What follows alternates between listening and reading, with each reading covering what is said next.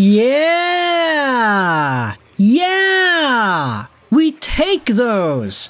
Absolutely take those. Who cares that the Vancouver Canucks odds of making the playoffs are down there at 3.2%? Who cares? I was sitting here and complaining about the Vancouver Canucks and their performance last game against the Seattle Kraken. 5-0 shutout at home. Shutout loss, by the way. They got totally destroyed on the score sheet, despite playing decently well. And the Canucks just didn't really give anybody anything to cheer for. So I said in the last video, there's no point anymore.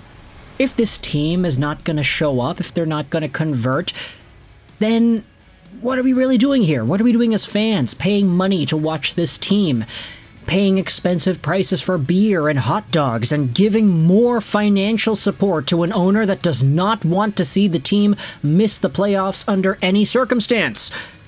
And I said in that video, I can be all doom and gloom, all pissy about the Vancouver Canucks and their performance, but if they play well, if they show up, if they give us reasons to cheer for them, then I'm gonna cheer for them. And that's exactly what happened today. Screw the afternoon time. I get that it was kind of awkward for a lot of folks. 13 games on tap today in the NHL, and one of them happened to be at 1 p.m. PST between two Western teams. But the Vancouver Canucks have just defeated the Anaheim Ducks 6-2, and in the process, they set themselves a record. The fastest 5 goals in Vancouver Canucks history.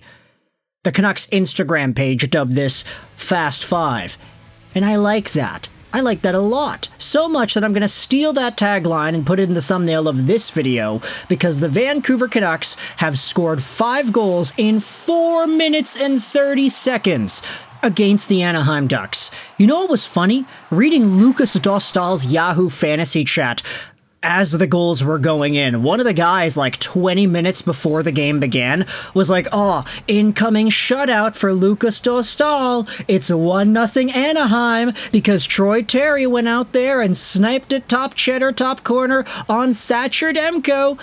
Just a beautiful snipe. You can't really get too mad at that. But as the Vancouver goals started to go in, oh boy, the folks on the Yahoo were melting down. I don't have Dostal on any of my 7 remaining active teams, so I was kind of in the clear here, but just seeing folks freak out over Dostal letting in 5 goals in 4 minutes and 30 seconds, that was an absolute riot. At that point in the game, Lukas Dostal had let in 5 goals on 13 total shots, so that's a total of a .615 save percentage. Great, right? Let's talk about each of the goals here, though, because the first goal, as we had said, it was Troy Terry, just a beautiful snipe on Thatcher Demko. A lot of folks on the ice didn't even realize the puck was in because it was out so quickly, but it was 1-0 Anaheim. Making it 1-1, though, it's Elias Pettersson,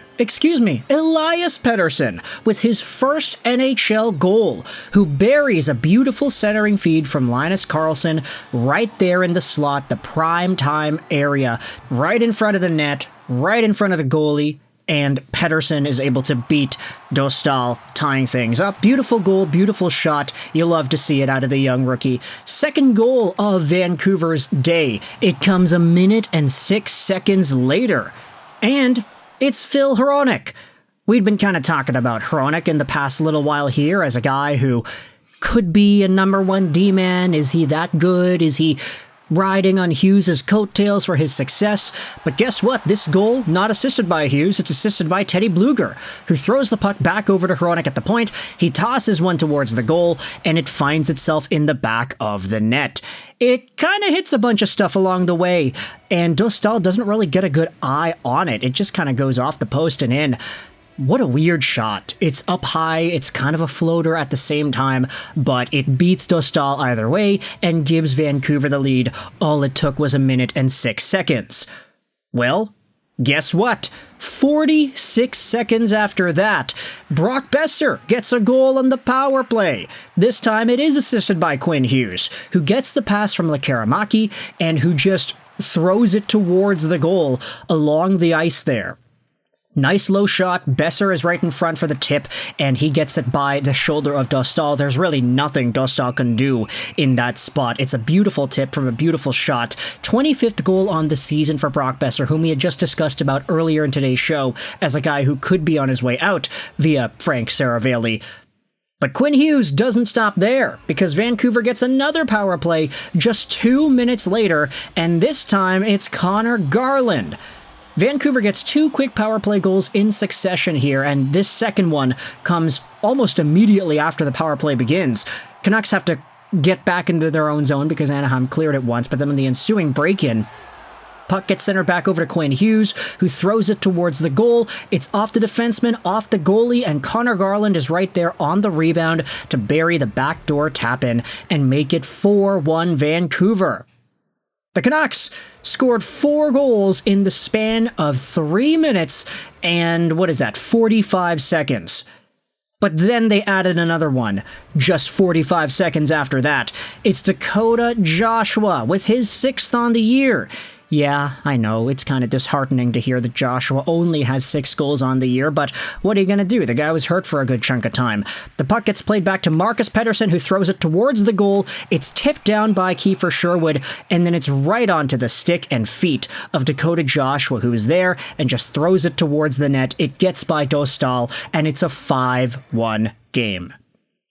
Vancouver gets 5 goals in 4 minutes and 30 seconds. It's the fastest 5 goals the team has ever accomplished, and it comes on today's game against an Anaheim Ducks squad that really has no chance in the playoffs either, so it's not really like either of these two teams were playing for much in terms of the playoff race, but as they had spoken about on the first period intermission, there was a lot to play for. Your pride, your spot on the team next year, your resume for potentially getting more money in the offseason. There's a lot to build off of with these final games. At the end of the day, these are still National Hockey League games, so even though they're not really going to amount to much in terms of playoff standings, Vancouver players still have a lot to work for and fight for, and these numbers, their stats, their points, their goals, and breaking records like 5 goals in 4 minutes and 30 seconds, that's something to play for, right?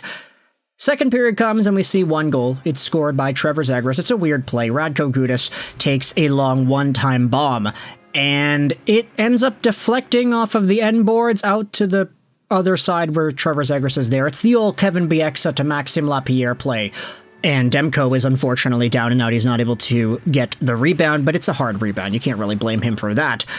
Third period comes, and this is where we see Max Sasson scoring his 3rd on the season. That's right, Sasson, recently called up because of the absence of Niels Åman, scores an absolutely beautiful goal where he strips the Anaheim Demon of the puck at the Canucks blue line. Sasson chops it up, and then he's able to come in. He forces a breakaway for himself, and then he does a nice little cheeky move, gets it 5-hole on Lukas Dostal. That is a beautiful play.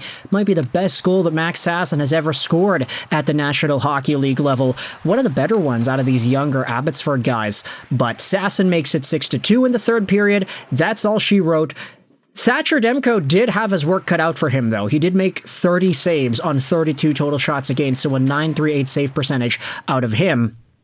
Vancouver got a whole bunch of point support here from a multitude of guys.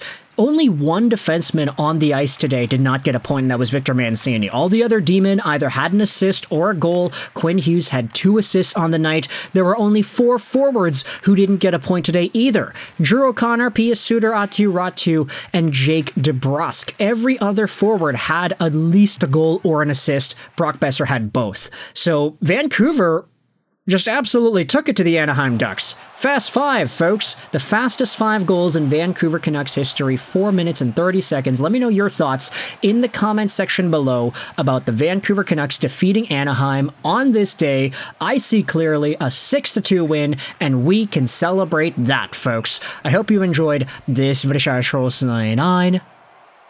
and bye.